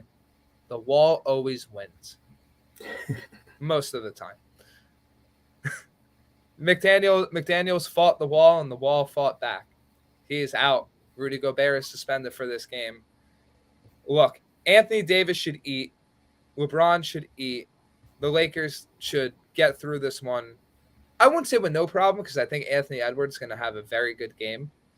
But I'm picking the Lakers 10 times out of 10 in this one. The second matchup, I am going with the And let me pull up the matchup 100%. Pelicans obviously, right? I'm going with the Thunder. I'm going with the Thunder over the Pelicans. Zion's not back. I think Shea is going to show where this Thunder team can be in a few years. I think Jalen Williams also is going to play a huge role in that.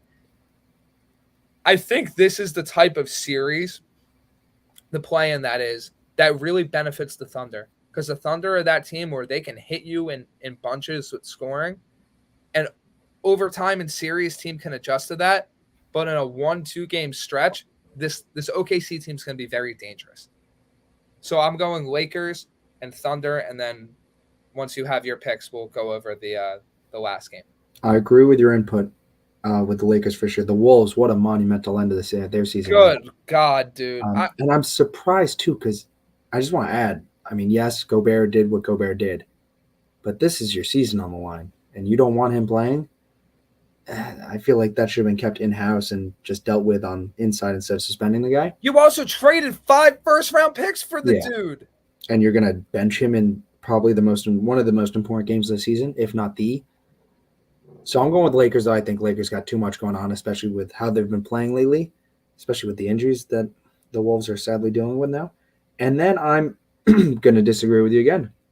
As much as I do want OKC to win and see them go to the playoffs, I'm putting all my eggs into playoff Brandon Ingram's basket right here.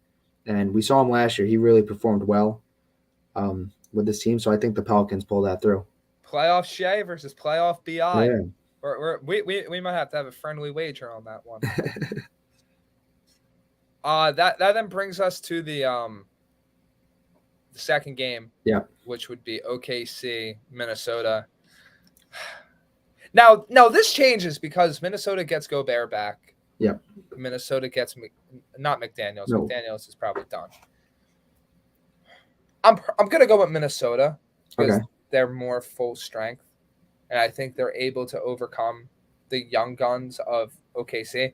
But I think this one goes down to the wire. Okay. This one's more of a coin toss for me. I'm going to stick with playoff Brandon Ingram.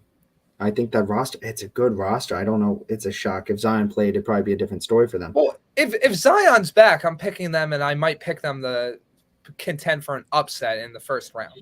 But I'm going with the Pelicans to get the 8. As much I want to see the rumors about Chet. Have you seen anything about him possibly? No, nothing. Not. So that was a little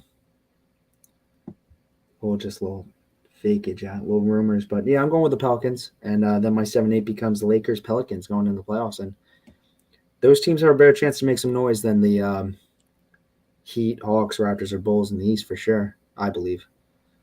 Oh yeah, absolutely. I'm yawning. My apologies. Maybe that's because that's how I feel about some of these play-in matchups. Yeah, no. That brings us to the Knicks and this first round series. Now, we said consistently, we'll talk about it when the series is set. We'll talk about when the series is set. Well, guess what, guys? The series is set.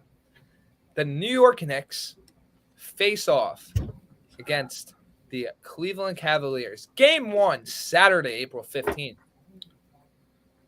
at 6 p.m. Eastern. Damn, Saturday. I'm excited. I'm very excited. And this series is going to come down to the depth of these teams. Because I personally think that Brunson, Randall, Garland, Mitchell, I wouldn't say it's a wash, but they do enough on both sides to where they're both going to be able to keep it even. And this is where I favor the Knicks. I like the Knicks' interior presence better. I like Mitchell Robinson a ton as that defensive anchor. I think RJ Barrett can score in bunches when he needs to, and this will bring me to my key to watch in a bad way. Quentin Grimes has improved drastically over the back half of the year, has been absolutely lighting it up. The Obi Toppin minutes have been great. He's shown what he can do when he has consistent playing time. Emmanuel quickly is turning into a superstar. The Knicks' depth is going to be the reason they win this series, and that's the bridge I'm gonna die on. The Knicks will win this series, and I think they win it in 6. This isn't going to be a 4-game sweep. This isn't going to be a gentleman's sweep. This is going to be a contested series. But I think the Knicks' depth, which they have shown all year, which they have shown in the games against the Cavs, where they are 3-1 against Cleveland, I think that is going to prove to be the difference and to prove to be vital in the Knicks winning their first playoff series since, I think, 2012.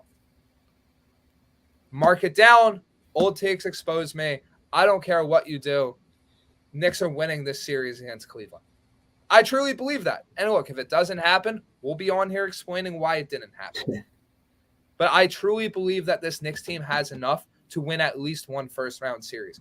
They've competed with every team in the East. They've shown that they can beat Cleveland and beat Cleveland consistently. What are your thoughts? No, I'm right with, and I think it makes sense that this is the 4-5 because I do believe this is going to be the best matchup in the East, for sure. And I think the Knicks have just proved that they can compete with everyone in at least a 1-game series this whole season. I do believe, I don't know, I know the Knicks depth more than the Cavaliers depth, but I feel like there's more. I feel like guys have come out of the woodwork for the Knicks and just put up numbers. And guys that they thought would be putting up crazy numbers, like RJ Barrett, hasn't, and they haven't needed them. I think this is, I'm riding with the 6-7 for sure, 6-7 game series, and this is going to be the best series out of the East for sure in the first round. I'm going to ride with you with the Knicks too. I think they have more. They've showed a lot this year. They have a lot of talent, and this is, I think, the best you can say the Knicks have been since that 2012 team. Absolutely, 100%. They're so much better than the last time they made the playoffs against Atlanta. In 2021, the COVID year. They're so much better. They're not as fluky. They're legitimately a good team. And then that brings me to the Nets. The Brooklyn Nets are taking on the Philadelphia Sixers. They, looking at the bracket, NBA.com doesn't exactly give me a great sense of who they would play after that.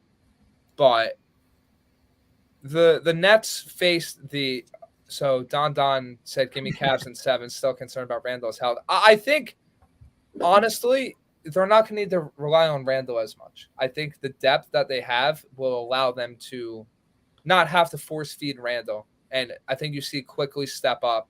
I think you see Brunson step up. I think you see Grimes especially step up. I think Brooklyn's going to compete against Philly. I think they're going to put up a fight, but I think they lose this series in 5-6 max. I don't see how Brooklyn stops Embiid unless Mikal Bridges is legitimately a superstar now and just wills the Nets to different victories. I'm very interested to hear what your thoughts on it, because this Brooklyn Philly series, and I explained this I think on the Sunday show I did, the rant booth here on A2D Radio. This seems like that trap type of series for Philly where they could overlook Brooklyn and get into a 5-6, maybe even 7-game series.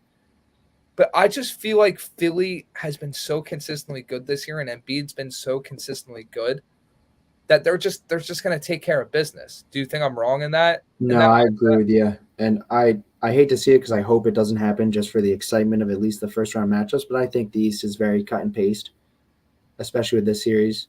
The Nets have shown they proved me wrong right when I said that when they trade all their players away, I thought they were just going to drop off the face of the earth. And you know what? They've showed a lot of life. A lot of players stepped up. But I still think I'm riding with you again. 4, 5, 6 games this series is going to last. When it comes down, playoffs is all about the stars when it comes down to it, when these guys really show up and really play to their full potential. And when you got guys like Harden and Embiid on the other side, it's going to be too much to counteract. You got guys like Tobias Harris as well. Hopefully they're still all healthy. I'm not just rambling on random names that might not even be playing in the series. I believe they are. I haven't seen anything about it. But I think the Sixers got too much. And the Nets, maybe they'll give a fight, but I just think the stars are truly going to come out especially when the playoffs come. So we see it every year. Don saying the winner of Sixers Nets would play the Celtics. Oh, yes, they would. Yep, that is true. Oh, we will get into that if that becomes the case. Look at some of the other East matchups. I don't care who comes out of the play-in. I think Milwaukee, Boston win. And Don mentions now if Celtics play the Heat in the 2-7 matchup, it would be very interesting. Last year they went to 7 games. Yes, but Boston's so much better this year. I don't think Miami's as good. I think that's what it comes down to. Could Miami suddenly turn it up like they tend to do in the playoffs? Yeah, absolutely. I just nothing from what I've seen in the regular season has told me, yeah, Boston would have a tough time with Miami. So yeah, I'm going with Knicks, I'm going with Sixers, Milwaukee, and Boston. That would set up a Milwaukee, New York second round and a Philly, Boston second round. Do you want to just tear through the East and give different round predictions? Or do you want to We say could do that? Yeah, sure. Go with it. You run the show here, baby. Come on. Oh, man. Knicks Milwaukee would be a very interesting series because it comes down to how do the Knicks stop Giannis? And now on Milwaukee side, can you stop all the Knicks shooting? I'm of the opinion that this series goes 7.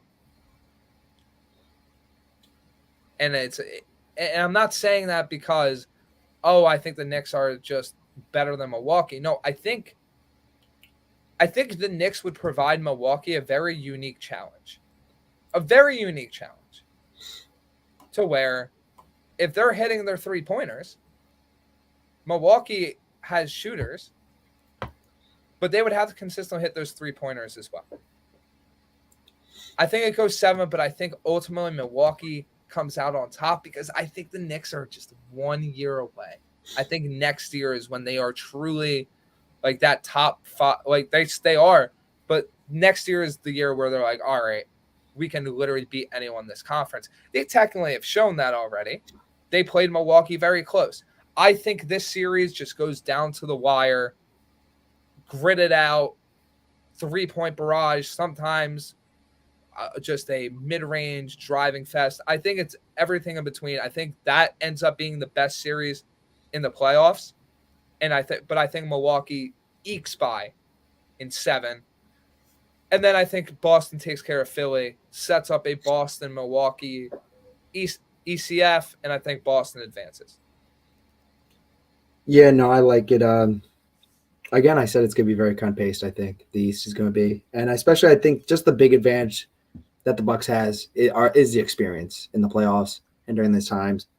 And they have a guy like Giannis Antetokounmpo, who's probably one of the hardest guys to match up with on the arguably the best player in the world. Yes, arguably so. I'm not going to go much into much analysis, but I think it's going to be Bucks. Celtics, I think the Sixers had too many issues this year, especially if Embiid can stay fully healthy. I know that's been tough for him a lot of his career, so I'm right again, Bucks, Celtics, and then we'd have that matchup, just Eastern Conference Finals. I'd ride with the Bucks. Oh, man! I think the Bucks are going back. You're just going contrarian today. You're just trying to be opposite of me. I get it. It's okay. My predictions aren't exactly Teflon. What are you riding with? Did you say Celtics? I did say Celtics. Oh, for the whole thing? Yeah. Oh, wow. I just thought you meant to beat the Sixers. No. Wow. I think Tatum and Brown take it to another level. Back to back. Back to back. That'd be interesting to see. It's I just think the Bucks, I don't know, the upset, I think they're too good and too much experience to let go again. Thank you. Don's on your side. Don's on your side. So look, I want to make sure to write this all down too, just so we have it. Guess what? I'll stand alone on this. I will. But we will have it all written down so we can go over everything. By just won't have it. the way, jumping a little bit forward, we will be doing this when the NHL matchups are set. So That's gonna be exciting. Can't wait for that. I promise you that we will be doing this when the NHL matchups are set. There's also the chance me and Toomey jump through the screen when we start arguing about the Rangers-Devils series that may or not be happening because we have to get to that. One game left. It's down to the wire, but it is. It truly is. Jumping over to the West, so that would be the Lakers would be playing Memphis, and then for me, what did I say? Minnesota would be playing Denver. Oh man, these series are just you could spend 35 minutes on these series. Right. I think just to start from the top, I think Denver beats Minnesota.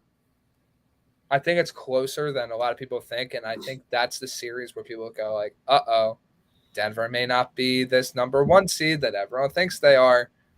Because I think Minnesota is uniquely equipped to give them some issues, especially if Gobert actually plays to the talent level that he has, and if Anthony Edwards, it becomes Anthony Edwards like he's been. I think it's a very close series, but it's Denver in 6. After that, just working my way down, I think Phoenix narrowly escapes the Clippers in 7. Narrowly. Because I think Kawhi and that group is talented enough to push Phoenix to the edge. And I think Phoenix still needs to mesh a little bit. They haven't played with that full roster consistently and in a tense playoff environment. But I think they escaped that first round. Warriors Kings. I don't know about this one, man. This is a weird one. I don't know. You got I made my picks right here just a second ago, but I was looking at that one because I forgot who was playing. I was like, because you got a Warriors team, like I said with the Bucks before, like they have the experience. They have 4-time champions on that team. Light the beam. Light the beam. Light the beam. Kings and 6. I look. This is probably the one that's going to tank my entire West. But I truly think that the Kings have enough firepower to beat the Warriors. And also, this is the one matchup where their defensive deficiencies aren't going to be a problem because the Warriors will not be able to stop everything that Sacramento throws. The Warriors will not be able to stop everything that the Kings throw at them. This is the one matchup where Sacramento's offensive firepower is going to have the most the most effect. Don, I see you in the chat. I'm sticking with my guns here, man. I gotta be a little bit contrarian. I can't go chalk. I can't go chalk all the time. But I truly think the Kings, look, they're the 3rd seed in the West for a reason. It's not like they barely eked into the playoffs. I think everyone's overlooking Sacramento. I truly do. And then that brings us to the Lakers, Memphis. Lake Show. I got the Lakers beating Memphis. I think that a full-strength Lakers team is a dangerous team in the West. And honestly, I'll just tear through the rest of this. We got, after that, I think that would be Nuggets, Suns. Oh, no, who'd you pick? Did you pick Suns? I did go Suns. Nuggets, Suns, Lakers, Kings. Suns, Lakers. I got the Suns beating Denver in 6. I got the Lakers beating Sacramento in a tense playoff rematch for those that remember that series in the early 2000s. I got the Lakers beating Sacramento in 7, setting up a LeBron KD Western Conference final, one for the ages. Lakers in 7. I gave this matchup on Sunday's show. Boston, LA final. Boston, LA final. I'm going to have to apologize to Don in the chat because I sadly had the same exact Final Four as you did, which was Nuggets, Lakers, Kings, Suns. I do want to say this, though.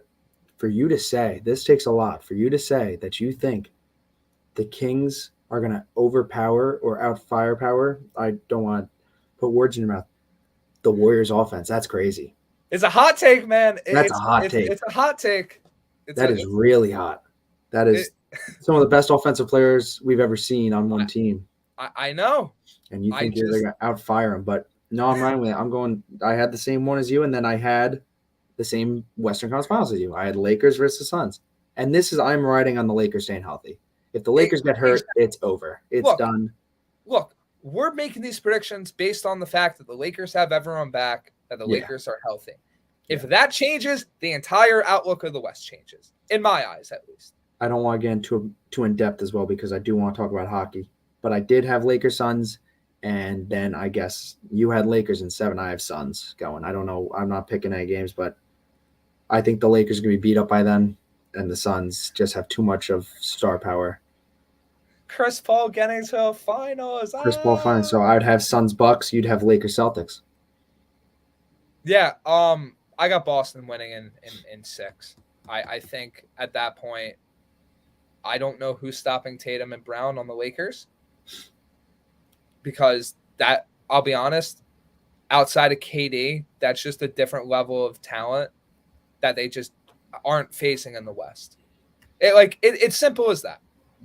Like the duo star talent, the depth, that's just not something they're facing in the West until they get past Phoenix. And for that Lakers team to get past both Phoenix and Boston, I think it's going to be very hard.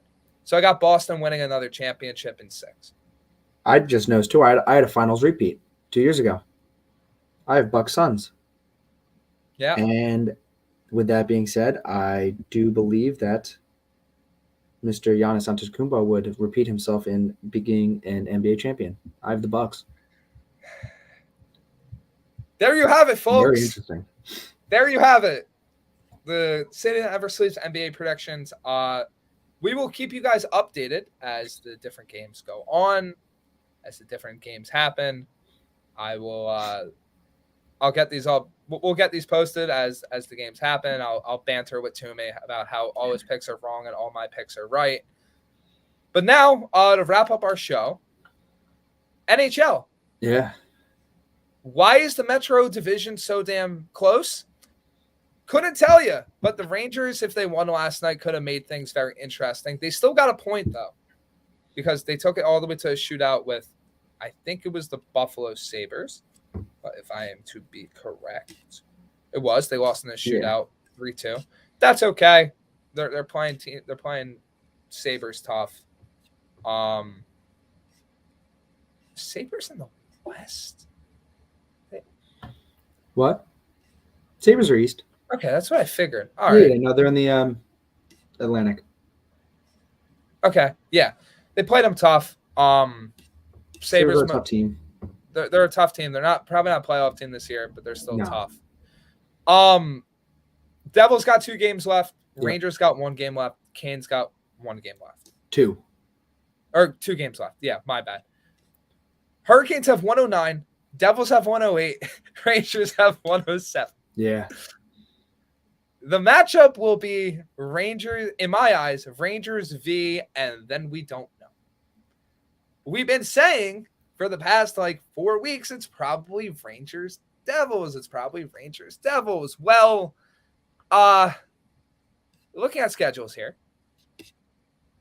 Devils play the Sabres tonight. And the Capitals on Thursday. Yes. Hold on. I was about to give false information there. Can't do that. I don't know why it shouldn't be games from March 30th. We're a bit past that. The Hurricanes play the Red Wings and the Panthers. So, with all of that being said, by the way, the Rangers' last game against Toronto Maple Leafs, probably the hardest game any of those 3 teams play. What do we think the matchup is? And why, essentially? And yeah, I have a good point. Oh, it's Red Wings. Okay. So yeah, so close, so tight.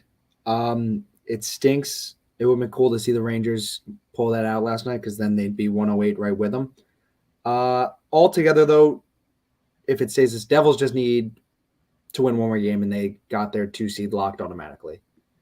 And then with that being said, they're playing the Sabres tonight, coming off a game. I have my references up, which I don't have it up because we don't really have time to look at that. But teams coming off a 0. I know the Devils are on a back-to-back, are the best team in the league. I do have those numbers, but I don't know how the Sabres are. So I think, and they play the Capitals soon. So I think Devils pull off a win in the next 2, lock themselves in the 2.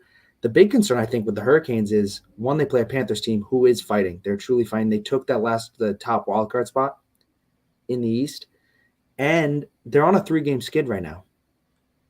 They're on a 3-game losing streak. And the Red Wings are no joke as well.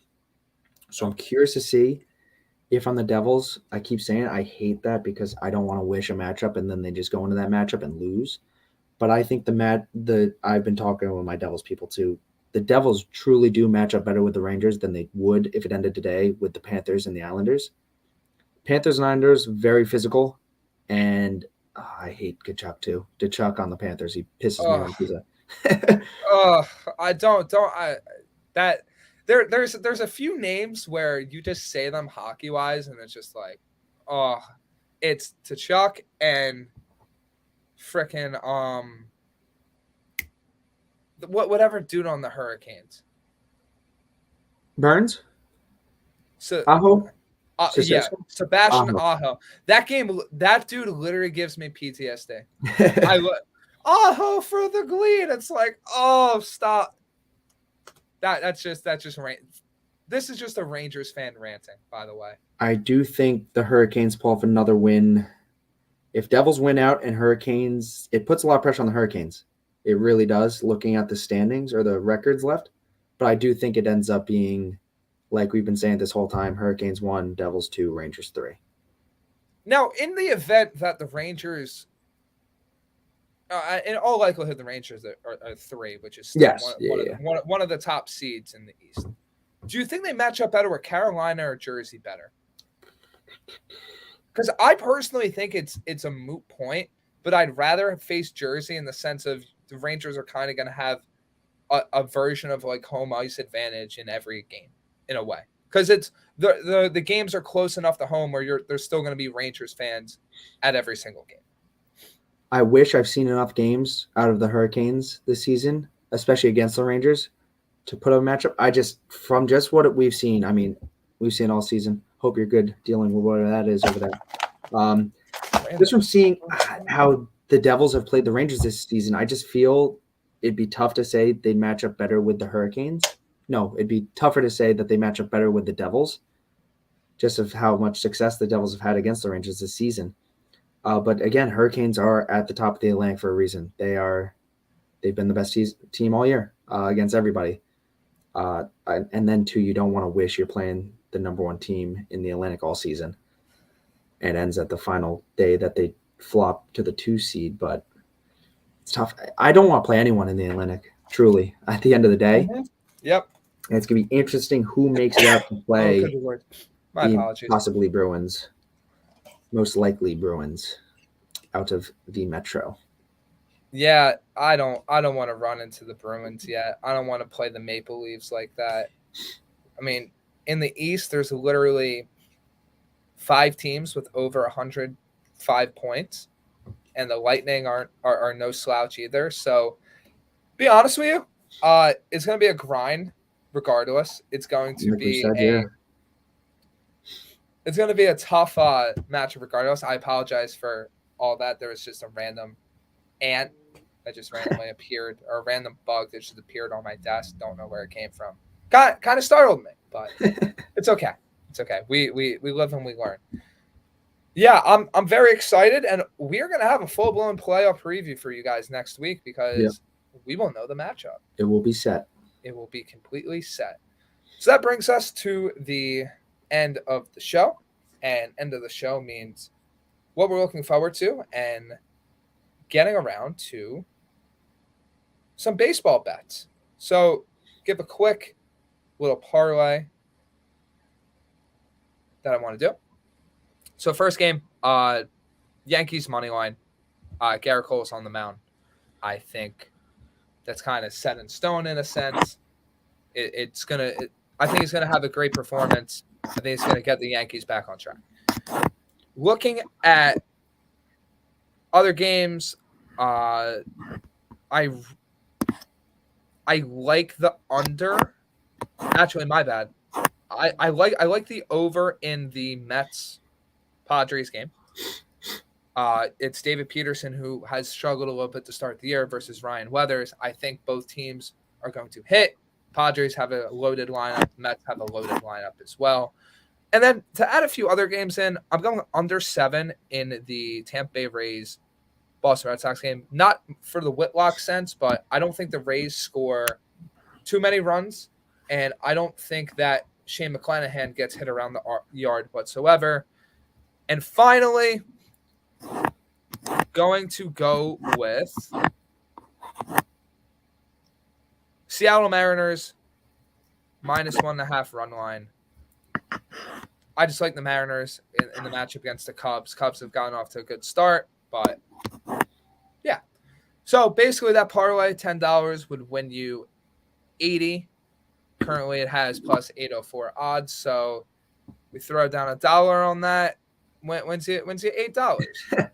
So stay tuned for more of that. I will actually be actively posting bets soon on my Twitter page, my Instagram page. I was sick last week when the season started, so couldn't really do that. My voice was kind of shot, but we're good now. We're chilling now. There we go. Week ahead, Knicks series. That's more so a weekend thing, but I'm excited for that. How the Rangers finish up, how the Mets continue to play, and Lamar Jackson resolution. That's truly what I am looking forward to. Yeah, if I had to say first off, I know one thing I was looking forward going into last week was the Masters. Great performance, John Rahm, awesome. You get to bring up your UFC, I'm guessing, in a second too. No, Masters-wise, I randomly put money down on 3 guys. I think it was Lee, Tiger Woods, and Brooks Koepka. I had a cash out of $20 for Koepka, and I didn't take it. So I'm like, he has a 4-stroke lead. Yep. He'll be fine. And then he choked it away. He went from 4 up to 4 down. I rarely watch golf. I want to get more into it. I don't think I've ever been more pissed recently watching a sport. I'm like, how did you choke this away, man? Those good guys, they're not used to playing 4 rounds anymore. Nope. But I guess what I'm looking forward to, Lakers game tonight. That'll be awesome, 10 o'clock. Devils game tonight, 7 o'clock against the Sabres. It will really be a lot easier to tell what's going to happen in the Atlantic Division after that game, these 2 games. And I don't know, just more Yankee baseball and maybe some Aaron Rodgers news. That's what I want. I just want some Aaron Rodgers news. Give me a resolution. But with that, I'm done, man. I can't wait. And we'll have more to talk about next week. Yes, we will. With that, thank you guys for joining us on another great episode of the City That Never Sleeps show. Make sure you're following myself and Toomey on Twitter, myself at BPOC24, Toomey at RyanToomey23. Got a lot of good stuff for you guys coming up show-wise. Draft, looking forward to that. We will be in Vegas, as we mentioned, Sunday on the Rant booth. I'm just excited. Very fun week ahead. Very fun weeks ahead. And I can't wait to bring you guys all the latest playoff talk, all the latest NFL, MLB news, NBA score updates, NHL score updates, everything. And we enjoy it and appreciate all the support you guys have. Please keep it coming. We appreciate everything. We love interacting with you guys. So on that note, for myself and Ryan Toomey, it's been real. It's been fun. It's been real fun. We'll catch you guys next time.